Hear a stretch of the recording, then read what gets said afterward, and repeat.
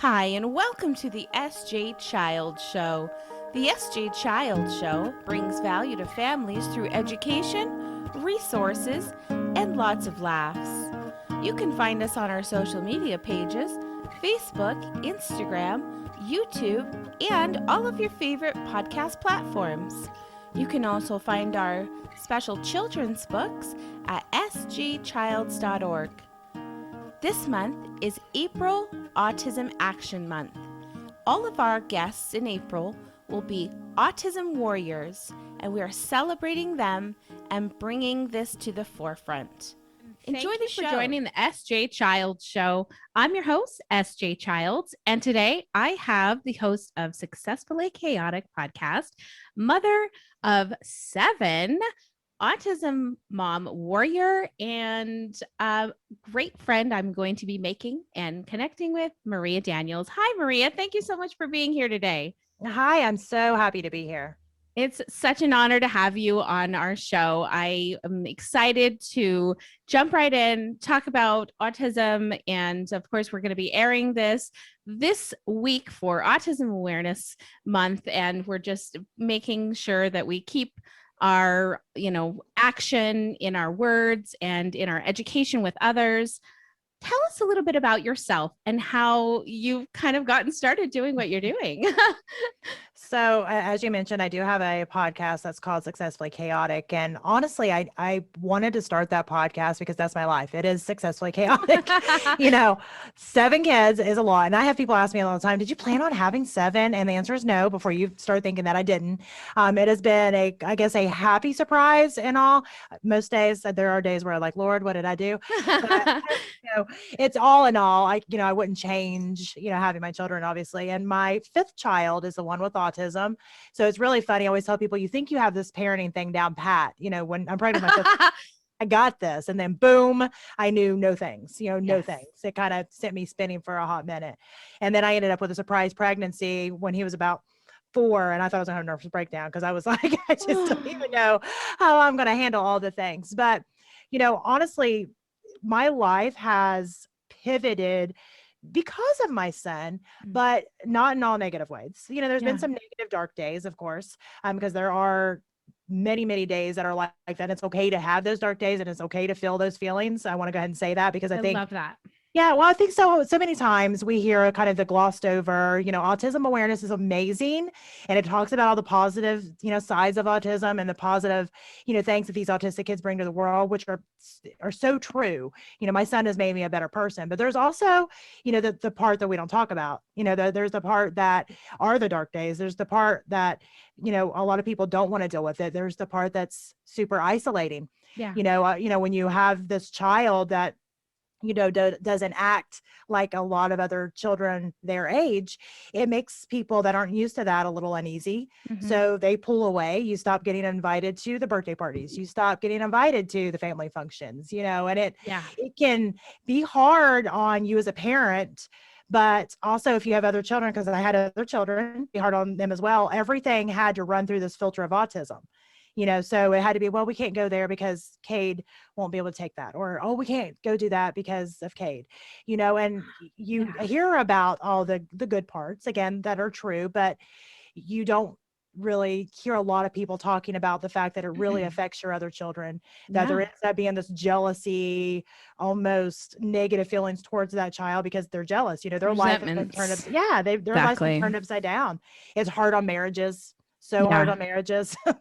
Having a kid can be hard on a marriage anyway. Having a special needs kid, it just like throws that like through the loop and then back. It's just all the things. And so, I say that stuff not to, say, oh, poor you, because it's not poor you. Because like we mentioned earlier, there's so many amazing things, being in the world of autism. I can see things through my son's eyes that I would have never looked at the world so the way true that I do now. But you have to be able to be okay with feeling all the emotions because we Yeah. have all the emotions. Yeah. No, I think that is so true. And I think that that's a lot of things that people don't focus on is, I, in my own personal lives, have lost relationships due to the fact, family relationships, due to the fact that they just can't process the different processing. Basically, that's just the way it is. Right. And so I think that is such a great way. You have to look at the whole picture. And just so, like, your show is called Successfully Chaotic, I always say my show is beautiful chaos. Not my show, excuse me, my life. My life is beautiful chaos. My husband has Asperger's. My son, who is now 11, was diagnosed when he was 16 months. I have a 21-year-old stepdaughter, and we're now realizing she's certainly, and believe she is also on the spectrum. And our 9-year-old daughter will also be tested in the next coming months. So with my fully autistic family, like, I have, like you said, learned to look at the dark side, embrace the light side, embrace the dark side, because that is what helps you learn and helps you see things through a different perspective. Absolutely. And when you can't really have one without the other, right? You So can't true. have light without darkness. It's just, it doesn't exist. We like to think that we just want to always stay in the light, but that's not a reality. You have to have kind of both. And, I think that that's why it's so important to kind of have shows like this where you're able to talk about these things because, it takes a while to process through all the emotions. I know it did for me. Oh yeah. Again, with my son, he was the 5th child. So I could see pretty early on that milestones were just not there. And it was kind of a unique circumstance with me because I was married before. My older 4 were from my first marriage. So I got divorced, got remarried, and my autistic son is my first biological child with my husband. So there was a little bit of, I guess, not willingness to accept at first from my husband because, he kept saying, well, all kids are different. I'm like, yeah, all kids are different, but I know what I'm looking at. there's something just off here, and it almost become this, I found this out later in marriage counseling that he felt that I was, saying, well, my kids, are fine, but our kid, type of thing, which obviously he was my child too. That's not what I was saying, but to him, it was almost like a knock on, I guess him as a father. And I mean, I can see that twisting that back, I can see how somebody could have those feelings and stuff. And, emotions are complicated. They are. And, life is so perspective based that, it's important to kind of take a step back and really listen to how people are feeling. And, I think that can be said, especially for the parents of these special needs kids that are, some days are hard, hard. And most people don't get to see the side of my son anymore. Like he's fairly high functioning. He has gone above and beyond where they said he ever would, because you know how that is. They don't know. Yeah, of course. And how old is he? He is 11. He'll be 12 next both month. of ours is 11. Yeah, that's fantastic. So he's, they had told me at one point he would not be verbal. He is. Half the time he doesn't shut up. Amen. They were wrong. They were wrong on that, Yes. But it's just kind of one of those things that, it's an educated guess, and that's fine. I always tell people will come to me because I have a nonprofit called Beyond the Spectrum, and I ended up starting that honestly because I needed it. Yeah. And it wasn't there, it wasn't around me. And there was nothing local for me to tap into, even just to call and say, this is a really rough day. I just need somebody to talk to. I need to vent without people going, oh, I'm sorry. I'm sorry. Because I don't want pity. I want to vent. Yeah. You know what I mean? I want to vent. Understanding. You want understanding. Yeah. I just want that. And it's really hard to get that unless you are in the world. I always say that, having a special needs kid inducts you into this club that you never really wanted to be a member of. I mean, it's just like, you're just in it. Yeah. But once you're in there, you're like, okay, this isn't bad. This is okay, type of thing. And, but there are the sides, there's the side of my son that people would see, he's got a photographic memory. He remembers stuff like that. Me too. Yeah. Super talented on stuff, music. He's great with music. There's so many things he's amazing at. But then there was a side of him too. If he's overwhelmed, he went through phases where, he would randomly poop places. There are times where he would randomly pee places.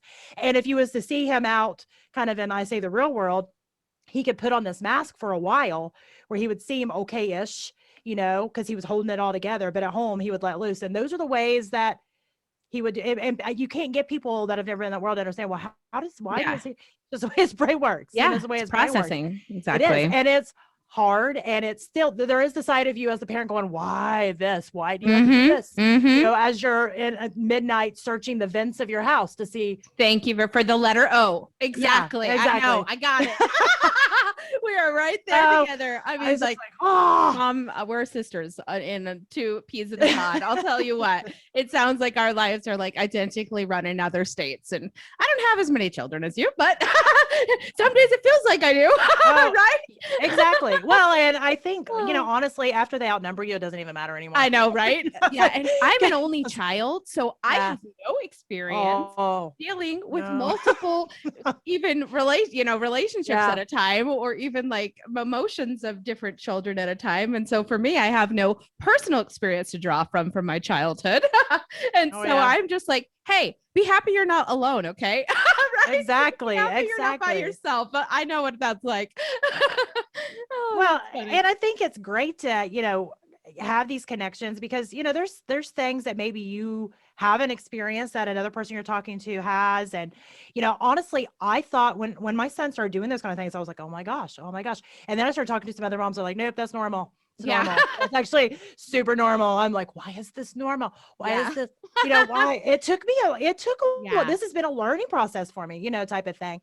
And, I was like, okay, and I just had to figure out that, the way that his brain processed things and the way that he relieved his frustrations, maybe it wasn't the way that I would do it, but it was what was normal from him. And we had to kind of work through correcting behaviors. Yeah. But you couldn't do that when he was like 5 or 6. We had to wait because even at 5 or 6, he was more like 2 or 3, Yeah. So, I mean, it takes some time. And I know for him, speaking was hard. Like I told you, they had told me he wouldn't be verbal.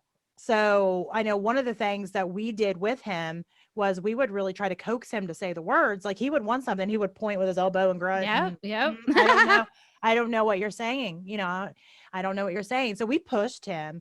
There's a level of pushing, obviously, but we pushed him because I thought, and this is coming from me knowing nothing about special needs at the time. I kept thinking, if we just kind of just give in automatically, then how does he grow? If you can't challenge him, how does he grow? And this is just coming from being a parent of any kid. My kid, which is, even the ones that are neurotypical, they would have never grown if I hadn't pushed them some. Yes. So I did that with my son that's autistic too. Just, pushed him, made him say the words. And it took a while. There'd be times where he'd scream and throw a fit. And I'd say, well, when you're ready to try to say the word, we can talk about it, type of thing. And, I'd push him and watch to see how he reacted and push within reason. But he did start saying words, and that was kind of one of the things for me is that I always have tried to, and I'm not saying this is right or wrong what somebody does. This is just what worked for our family and my child. But for us, what I had decided to do was I wasn't going to give him the easy way out of things. I was going to try to challenge him. And then if it was something he consistently could not do, we would give him a way to be able to do it that wasn't that. So actually, like he got to the point, even when he was saying words, he wouldn't say anything that he did wrong or wouldn't say anything that was super upsetting or super emotional. So we have always carried around, like I'm showing these notebooks, like little notebooks, and he would write down whatever it was. Yeah. We communicated in writing from 2 to 4. My son was writing at 2 and he was reading at 1, writing at 2. And then from 2 to 4, we communicated in writing as well. So I completely get that and understand that. And the same thing, I think that he was our first biological child. And so here was this happy, quiet baby that never had any problems. And so for us, it was just like, oh no, this is perfect. This is great. Not understanding the milestones he was missing and anything like that. And I had, education and special, like early education and everything, but it was like, when you don't know, you don't know. And that's all there is. And I agree with you. There was like a grieving process where it was devastation because all of our expectations of what raising our first child together was going to be like it was not going to be. And it was like this reassessment, this adaptation of, okay, now let's do this. And then it sent me into this whirlwind of educating myself. And so, that started that process of me learning everything under the sun I could about not only the whys, but the hows. Then how can I then help him? But then I started to let go a lot of the why. And I realized that the why was bringing me a lot more stress, and I wasn't able to be present with him to just do the how can I is more or less, So Absolutely. isn't that it's so interesting the process that you go through? It is. And I think, again, I think those are all, super normal feelings. I went through the grieving process too, just, Mhm. and not because I wanted him to be different. It was more that I was afraid for the future. Like, what does this look Yeah, like? What if something happens to me or my husband? What is the future look like? absolutely. And because you kind of dream, their life, will go in a certain manner. And when there is a question mark for the future, that's terrifying as a Mhm. parent, because it's your job to make sure that they can be okay when you're not around anymore. Yeah. And when you Yeah. don't know, that's really terrifying. And it is. And we had to kind of work through that and figure things out. I do think at this point in time, he'll probably be okay to live on his own. Yeah. Probably we'll Yeah. see. Right? He may be one of those people that I have to be like, no, you got to go do this, but I have to do that with my husband Yeah. too. Yeah, right. It's like, So whatever. true. What's the relationship with the older siblings in comparison with the younger siblings? Because it sounds like since he's your fifth, you still have two more after that. I do. So what can you tell me about that? The relationship differences or same? Well, I mean, as far as like with each other, Yeah, like with your son. What yeah, type of sibling relationships do they have? it depends on the child. Sure. My oldest child is 22. So Okay. out of my seven, my oldest child is 22. My youngest is 4. So I have they're 22, 20, 19, 16, 11, 8, and 4. Wow. And yeah, I got the full thing. So, I with the oldest one, she pretty much it was just like her baby too. You know what I mean? Yes. Always just like her baby Yes. too. So I that love was that. never an issue. And that was how it was with the second one too. Now the third one, when he came along, Brent was pretty young and Kyla was pretty young, which are my younger two from my first marriage. And there was a little more tension, and there still is a little bit with those relationships. Mhm. And it's kind of odd. I have to explain them all the time because he is high enough functioning now that most of the time, I wanted to say 9 times out of 10, but it's probably more like 7 times out of 10, he can get along like any other kid his age. Yeah. But there are still limitations. Yeah. There's limitations. And I'm always having to constantly explain to those two, he's autistic. Yeah. His brain is not going to process what you just said Yeah. because they'll get frustrated. Exactly. And again, looking back, more realistic emotions there, when me and their dad, my ex-husband, got divorced, their life was turned upside down Yeah. once. I got remarried, life turns upside down twice. I have another child with my husband, autistic, Yeah. life turned upside down. So a lot of times these tense relationships, they come from a place of hurt and Yeah. from, from a real deep place. And, so I've tried to be conscientious of that fact. I love that. And I mean, and it's hard. It's okay that they feel resentful sometimes, because Yeah. I think sometimes we try to make people not feel things because it's a negative emotion, but that's their emotion. And I think if you try to take that away from them, I think that causes more harm. Agreed. Try to Yeah. glaze over it with fake happy. You can only fake Denial. happy. Yeah. Yeah, you can only fake happy so long. You just So can't. long. So true. No, So and I like that. I think that you have to give them grace. You have to give them gratitude and grace, and you have to be graceful with not only yourself, but with your child and with your other children that are involved. Mine, they're 11 and 9, so they're pretty close in relationship wise. And I think the hardest part I see for her is that wanting to be in that relationship with him, wanting to play because she doesn't have the other siblings to go and do other activities Yep. with. It's him. And if he doesn't want it, it ain't happening. Yeah. There's not Oh, yeah. any amount of sugarcoating anything that's going to change what he wants or what he doesn't want. Nope. And she has to be flexible. She has to be patient. There are so many expectations that she places on herself that we have for her, and in good ways. I mean, of course, and she's constantly rewarded for her patience and her efforts in every way. But yeah, same thing. Like it's okay for her to feel a little resentment or a little bit discouraged when she's feeling like she's not getting her needs met as Mhm. well. Absolutely. And I think with the younger children, with Cole specifically, he is 4 years younger than Kate, or almost four, like 3.5 years. And when he came along, that was probably during Cade's most difficult years. Like Yeah. I was already like zombie mom because Cade wasn't sleeping. I don't know if you've had that experience with autism. Where 100%. they don't need sleep. Like they Nope. don't need it. I call it the moon cycle. It is. Whenever it's out, he's up. Whenever it's up, he's out. Whatever. He didn't need sleep. So me and my husband were tag teaming. So we're Yes. tag teaming on staying up with him, and because he was young.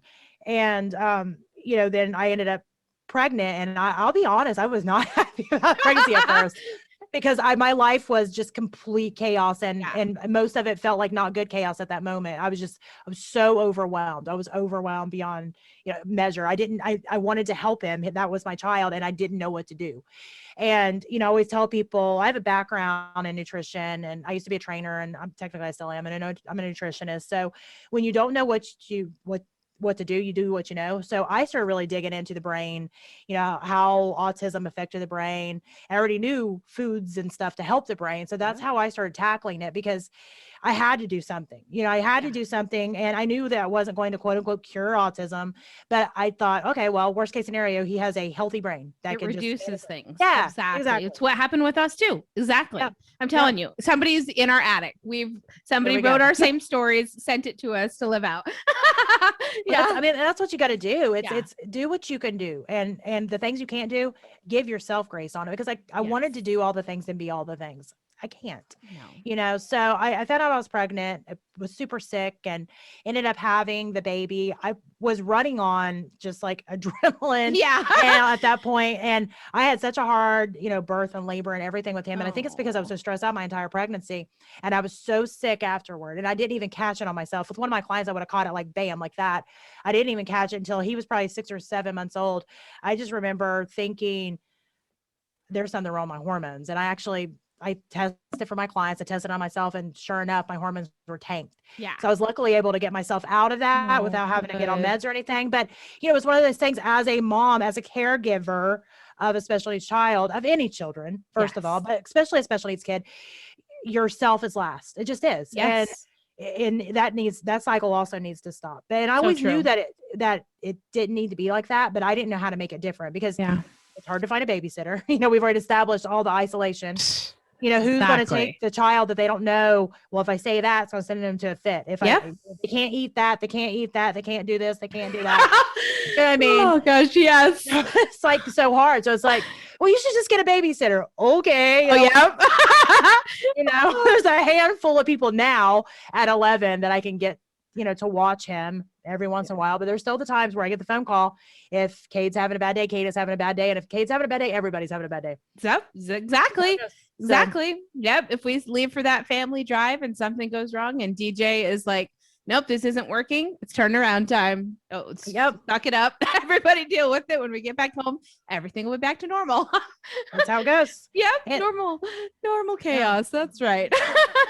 And I think that, going back to just other siblings feeling resentment, we didn't go on vacations up until 3 years ago was our first vacation, because we had tried to go on one and it did not end well. We had to drive back home that night. I got you. I mean, there's been so many times where we've been like, if we just leave the hotel now, we can make it back, get in our beds. It's fine. We won't keep everyone else up around us, because we're, the whole place is awake now because he's awake.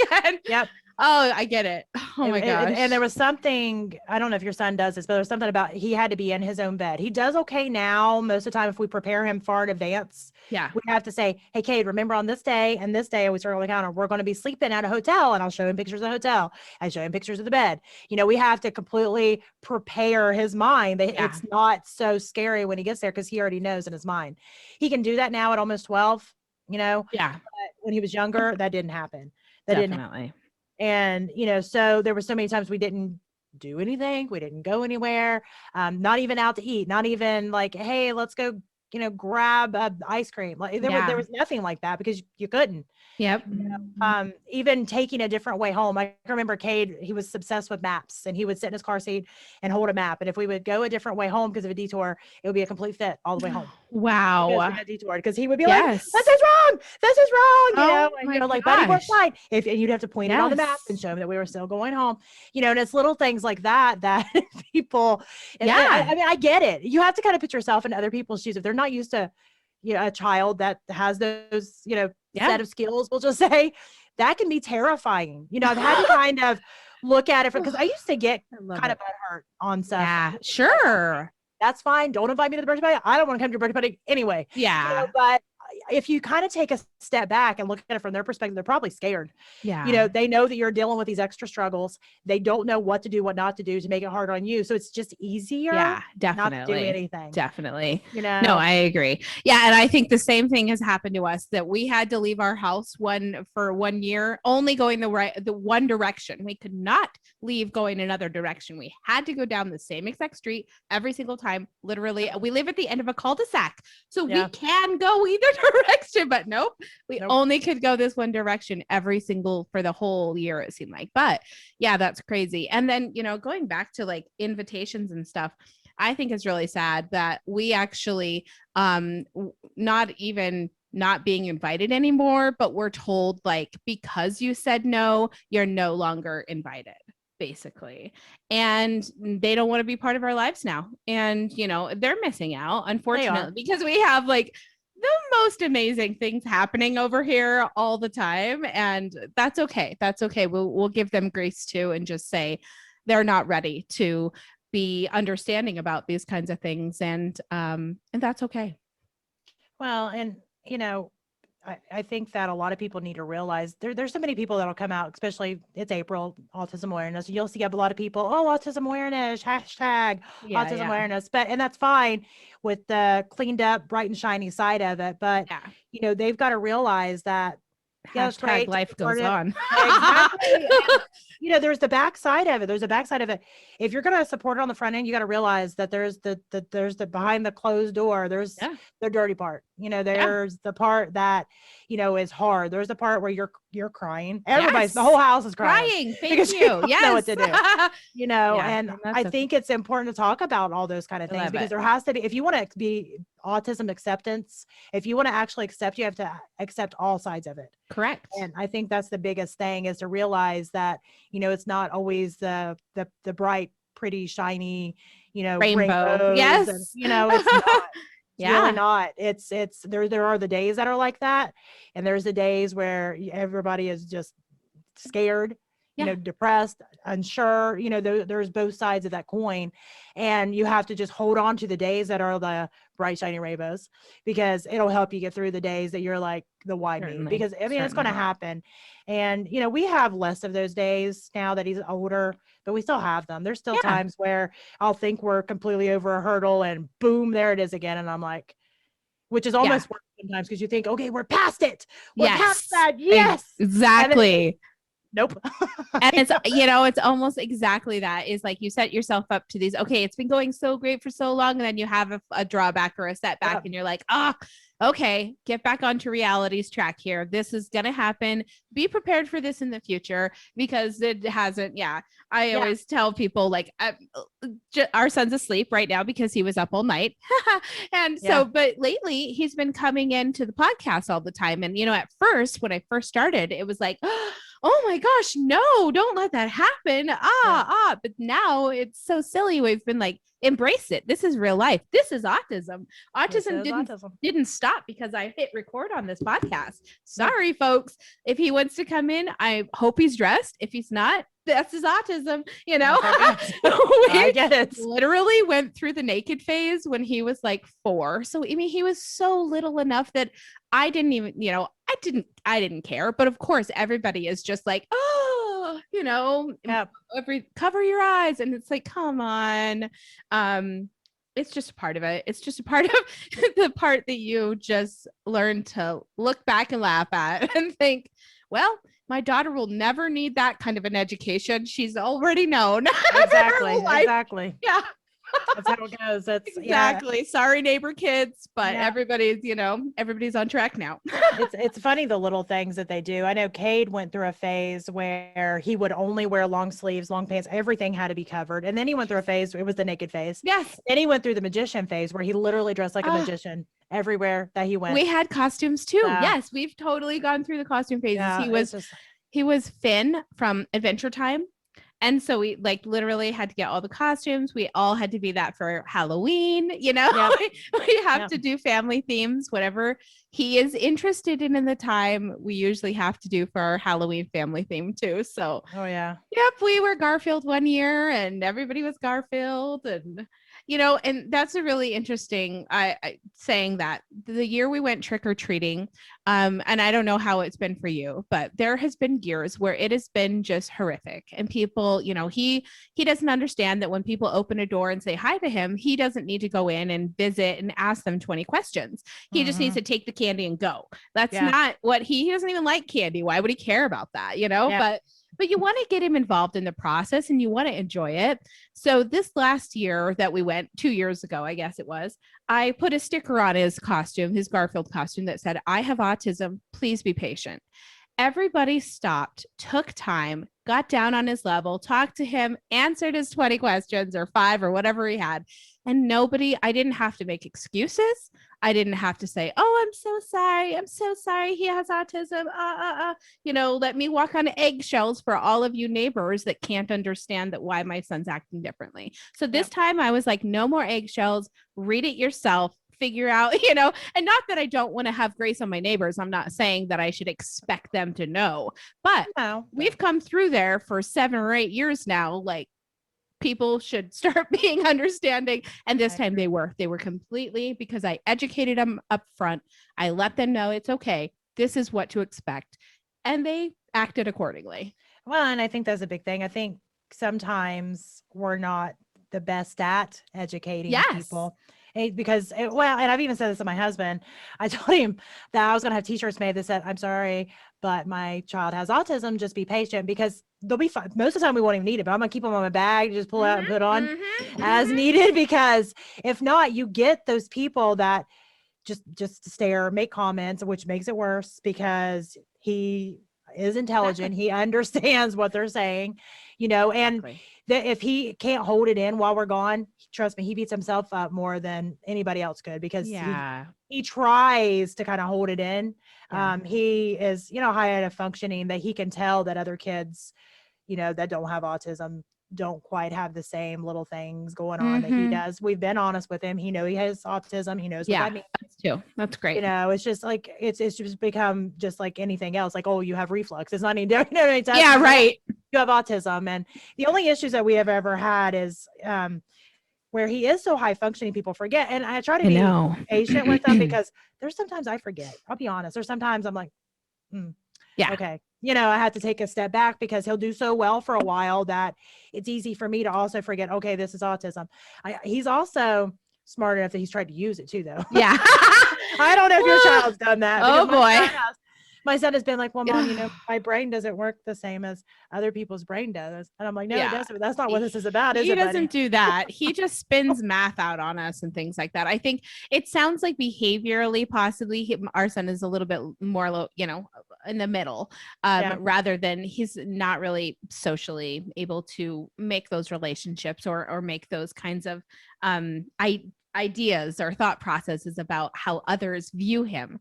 We're just barely in this last year seeing him like cover himself up a little if he's uncomfortable, which we've never even noticed before. We thought, oh, he has like basically no lack of judgment, no lack of, which I mean is amazing. Can you imagine walking through the world not judging yourself? Yeah. Like not having judgment for yourself, and like, wow, beautiful, beautiful thinking.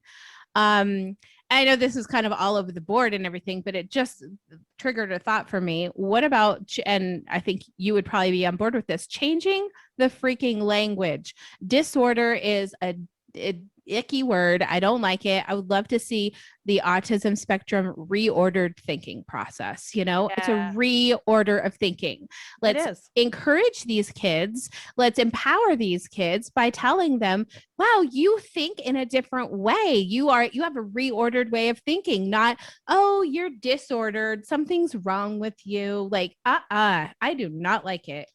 No, I don't either. And I don't even think that a lot of people, when they say it, think about it in such a negative Yeah. connotation. It's just become part of our language. Exactly. Because there's even words that sometimes I end up saying that I have to keep myself in check. Well, first of all, I think I've even said it a couple of times, say like normal. Well, what the frick does that even mean? There's no such thing as normal. Yeah, Yeah, there's seriously. really not, It's but it's part of our vocabulary and we don't even think Exactly. about it most of the time. But, I know with my son there for a long time, I didn't think that he understood any social cues at Yeah. all. And that's slowly come in the last, I don't know, year and a half, maybe 2 years. It's a little at a time. Yeah. And at this point now, there is some. He gets embarrassed now. Yeah. He didn't before. There was no embarrassment. Yeah, we've never Trust seen me, that yet. zero. He'll get embarrassed. Like if especially like I noticed there's this girl that I'm pretty sure he likes. Aw. And I can just kind of tell because it's like, well, like a any child would have these kind of like things that they would do. He does it. It's just he doesn't realize that some of the things that he is doing is not maybe what some of the other little boys would do. Yeah. It almost makes it cuter, the stuff he does. Yes. But I can see him, he's all like, big eyed and like looking around. And I don't know, I can just tell. And I've noticed Love it. that, well, I'm his mom. I Yeah. killed a banana one day. We were somewhere and I was like, here, buddy, I've always killed his banana. Not even a big deal. And he looked at me and he grabbed the banana and he threw it down his lunchbox and he goes, I'm not a baby. And that's what he said. And I was like, and I was like, at first I was like, what the heck? And then I happened to like think, it's that girl. It's that girl. Because he's always weird around her, just all like kind of butterfly-y and kind of awkward, a little more awkward than he usually is. So I'm pretty sure he has a crush on her, which I mean, it's little things like that I don't know. It's those things that make me super happy because Yes. when they can check off some boxes, and I don't even know why we have boxes, but whatever. Right? We do. Circles, Whatever. It's boxes, just like, whatever. oh, okay, okay. Just little things. Like the first time I ever seen him play with another kid other than a baby, because when Seriously. when we used to go to parks or something every once in a while, he would stay away from the kids and he would go find like a baby. There would be like a baby somewhere. Yeah. And he would gravitate towards the baby and he'd sit and play with the baby, but he would not go near the kids. He'd sit and Yeah. watch them from afar, but he wouldn't go play with them. And the first time I ever seen him play with another child was a couple of years ago. And I had put him in a private school. And it was super small classes and they needed a PE teacher. I had mentioned that I have background in, all that kind of stuff. They had hired me in as the PE teacher temporarily. And I was coming there for PE and we were doing like the kickball and stuff. And I watched him playing kickball with these kids. And one of the kids went to kick the ball and they missed it. And I seen him go, come on, Lane, dude, what happened? Because the kid missed it. And it was just that. I bawled. I had on sunglasses and I'm like crying during recess while I was just but I'm bawling because I had never seen him interact and even kind of like cut up with one of the kids. I had never seen that ever. Aww. And that was super empowering for me. Like, okay, that gave me just like hope. Honestly, that was the first day that I was like, okay. Yeah. He may be kind of a little odd. I'm odd. We're all a little yeah, right. But that gave me hope that he'll be able to interact. And, even if he's awkward, even if he's shy, even if he has like one or two friends, whatever, Exactly. that gave me hope that he would be able to, move out and kind of go through at least some of the milestones that we look forward to our children going through. That was the first time that I was like, okay, and if he hadn't been able to, that also would have been okay. But it was a magical moment. It really was. That it was just kind of like the clouds parted, and that was definitely a rainbow day, right? A rainbow day. So yeah, I agree. I think that it's happened a little bit differently for us because it was through a video game, but in the same sense, our son found a game called Tamagotchi Life, and it's like a lifestyle game where you start out like as a baby and you grow up and you make choices along the line to, with your friends or with an occupation until you're old and pass away, all like crazy, all these things. So it's this huge lifestyle. Well, it started him asking questions like, can I propose to someone someday? Will I be able? And, at first he was like, I'm going to propose to Anna. And we were like, well, that's your sister. We can't, we don't propose to our family members. And then he was so cute. He was like going through the list of her friends.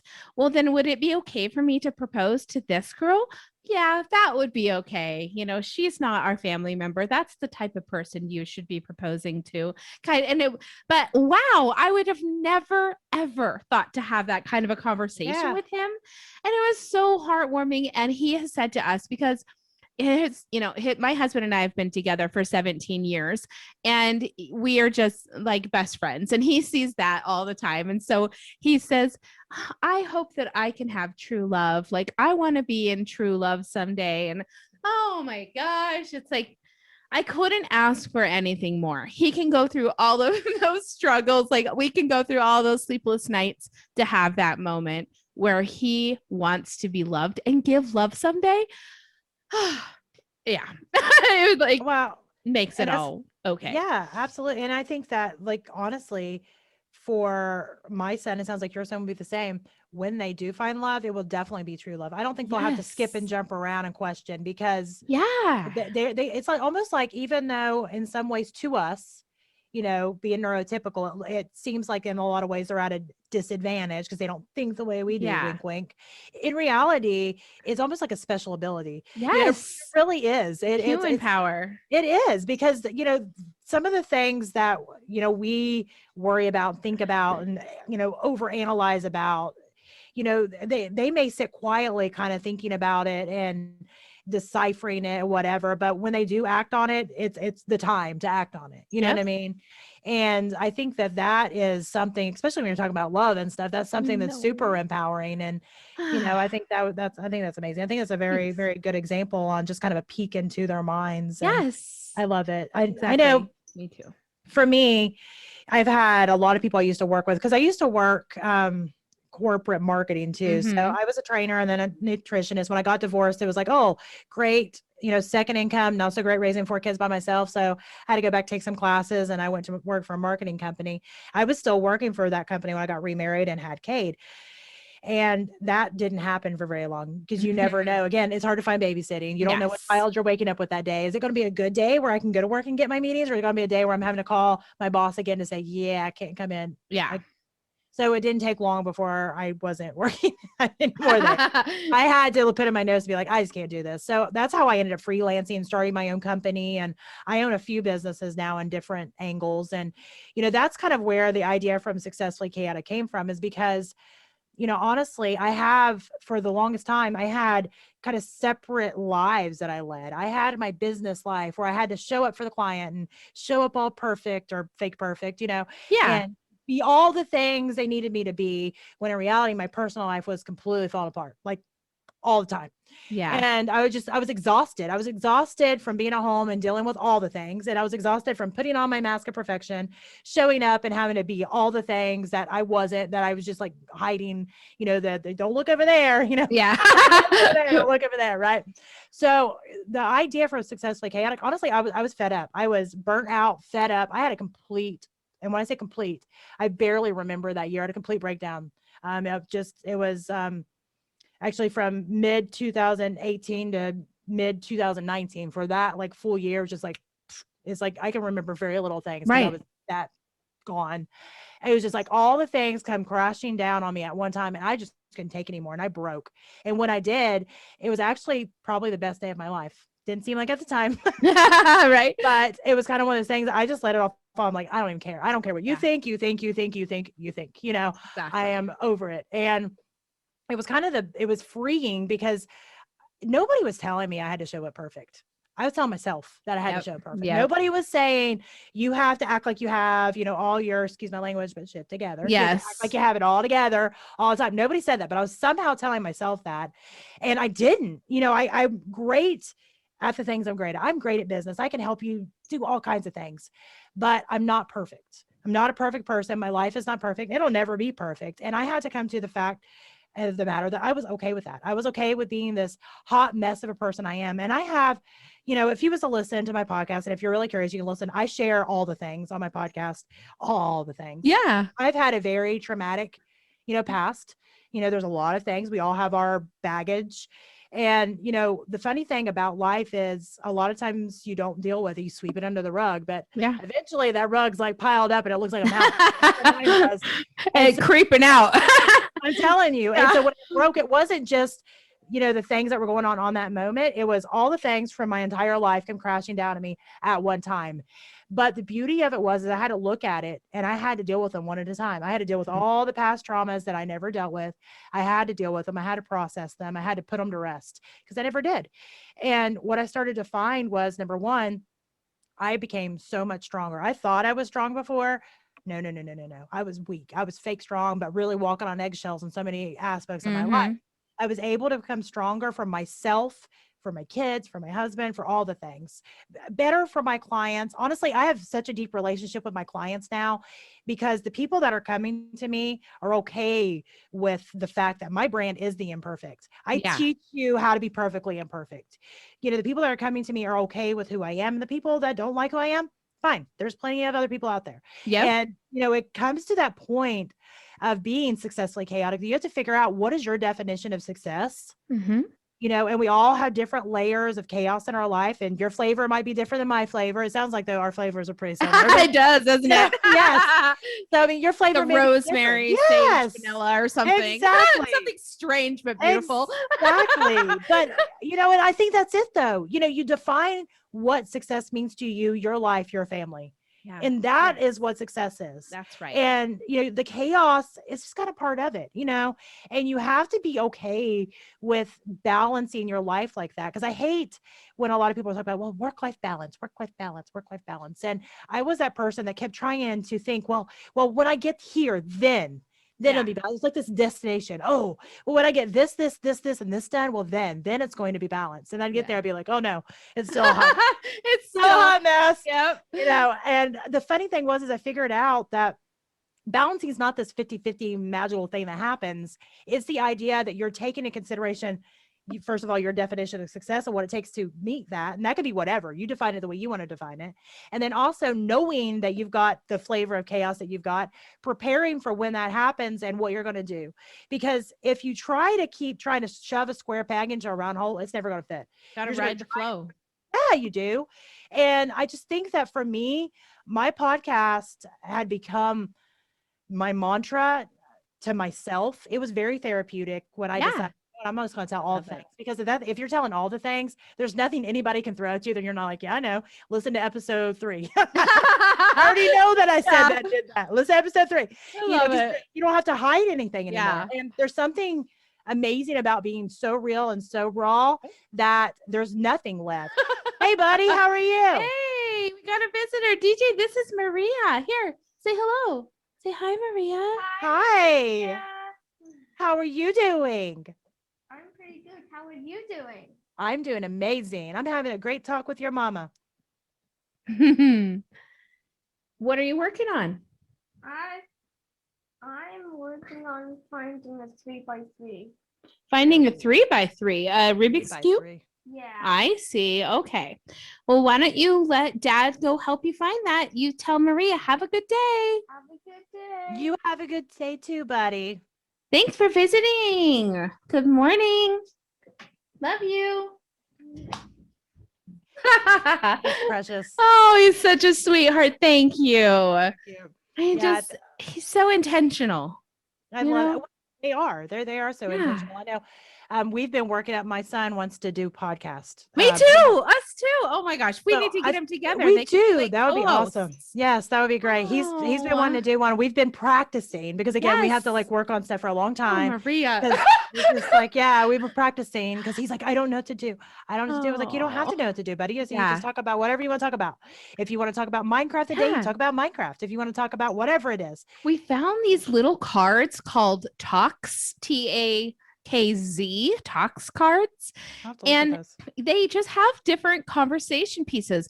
What is your favorite ice cream? What's a goal you have for your future? Who's someone you admire, you want to be, and it's just all of these different topics. And my son doesn't use them as much because he's very technical. So he really wants to talk about technical things like coding and numbers and values. Oh, Cade loves coding. It's so amazing. They sound like two peas in a pod, I'm telling you. That is so funny. But our daughter, our 9-year-old, she used the little Let's Talks cards, and they both did their podcasts, That's so recording. cute. Oh, it's so amazing. And it kind of, for us, it goes to show we're doing wonderful things. We're Yep. doing things that are so energetic and so rewarding that our kids are seeing it. And they're like, wow, this is making our parents so happy to do this. I want to try it. Absolutely. And fantastic on both of us. High five. High five. High fives. Yep. Yeah, I think it's great. I know my 8-year-old, I always have to watch because I accidentally sometimes leave him out of that kind of stuff. Because it's funny. I don't know if you've experienced this with your kids that are close together, but my 8-year-old was the one that was a surprise pregnancy. So even though they're like almost 4 years apart in age, they're really like twins, honestly. Yeah. So it was really funny for a while. Cole, which is my 8-year-old, would copy all the things that Kate did, even the autism specific. Yes. And it took a hot minute for me to say, well, buddy, he does that. I had to explain it to him because they mimic, they mimic. Yes. And I would even go out and I'd see friends I hadn't seen in a long, long time. And I'd be my 8-year-old, well, he's 8 now. Cole would be jumping around and doing some things that were very, autism specific. And I would say, I'm sorry, apologize for friends. Well, that's okay. He's autistic. And I'm like, yeah, that's not the one that's autistic. He's just pretending to be. He just mimics. So we had sweet. to get him out of that behavior by just explaining. So it's funny because some of the things that Kate will want to do, I'll say, yeah, buddy, I'll get super excited because when he wants to do anything, I'm like, yes, you want to do something. Exactly. But then I noticed Cole over there go like, I want to do it too. I'm like, oh yeah, buddy, I'm sorry, because again, you accidentally, and I'm going to be drug on therapy one day. I already know I'm going to be drugged to a therapist one day. I already told my husband because I forget all the time that even though Cole's not autistic, he probably still wants to do the same thing that Cade wants to do, but I'm the one that gets super excited when Cade wants to do anything. Yeah. And I have to keep myself in check. And it's not on purpose, but it's kind of one of those things that accidentally happens. And I've had to explain to him, like, but if you want to do something that I'm asking Cade to do, always say, Mom, I want to do it too. Because I'm asking Cade because I have to ask him to do everything. Yeah. And he doesn't tell me. So I've had to do that, but it can be so hard trying to balance kind of the difference in neurotypical and kind of, even if you've got several kids that are special needs, they're all still different. Yes, so true. No child is the same. No adult is the same. No. And so we're so silly as adults to expect our children to be some cookie cutter alike thing. I mean, who came up with that in the freaking first place, right? Know. Give me a break. Oh my gosh. Well, I don't even want to end this conversation in any way. We're going to have to come back for part 2 because we can just keep going, I think, for forever. But I want to really thank you for being here today and honor your time and your stories and everything. Absolutely. Tell us where we can find you so that I can put all the fabulous links down in the description. And and then we're just going to have to keep in touch and figure out another time to do this again.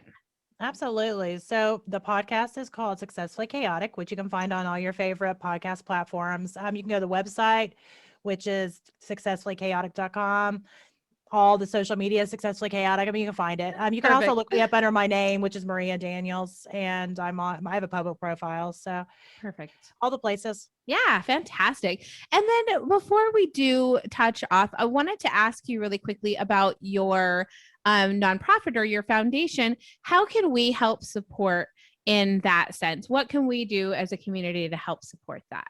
Absolutely. So we're actually rebuilding our website. So there's nothing up right now. I took it down to rebuild it because I'd thrown something up that was going to be temporary. You know, like goes temporary turned into like 2 years, but I get that. I was like, well, I'll have to get to that. I'll have to get to that later. So we're in the process of redoing that, but that is the domain will be, We Are Beyond the Spectrum. And that's on social media as well. And honestly, it started out like we're fairly local.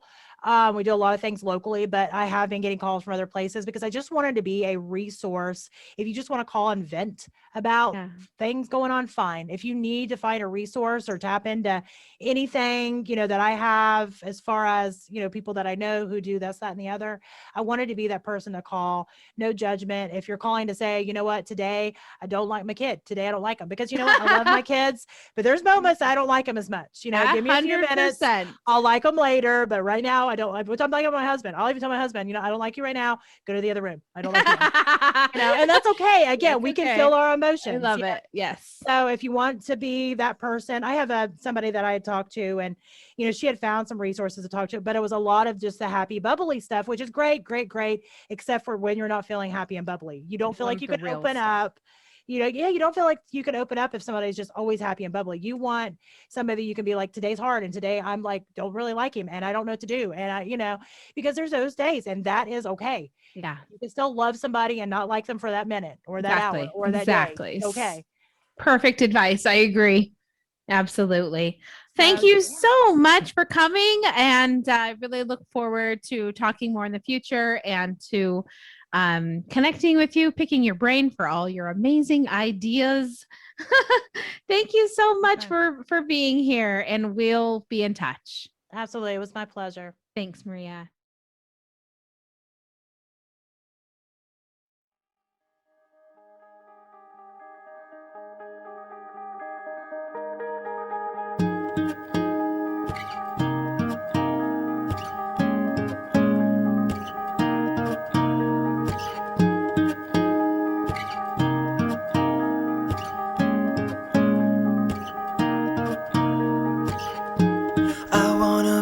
Kind of guy that keeps you warm at night when you are cold.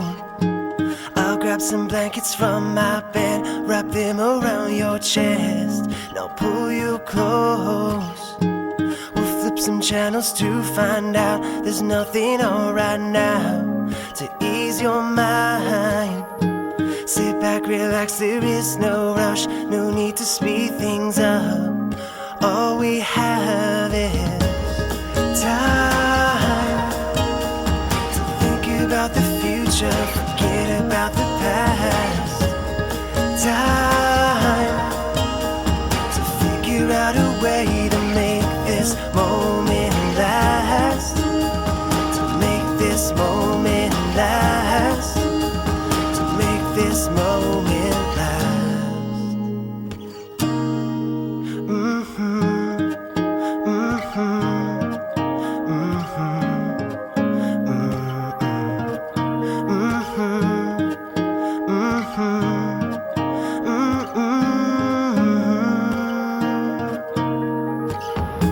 So let's make this the kind of love that we've been dreaming of when we sleep at night. We'll get a little house to live in, have a couple kids, and we'll sleep tight. Cause baby, all we really need are just a couple things to stay alive. And everything else in between, just trust my heart, you'll see. We're slowly coming. Time to think about the future, forget about the past. Time to figure out a way to make this moment last. To make this moment last. To make this moment last.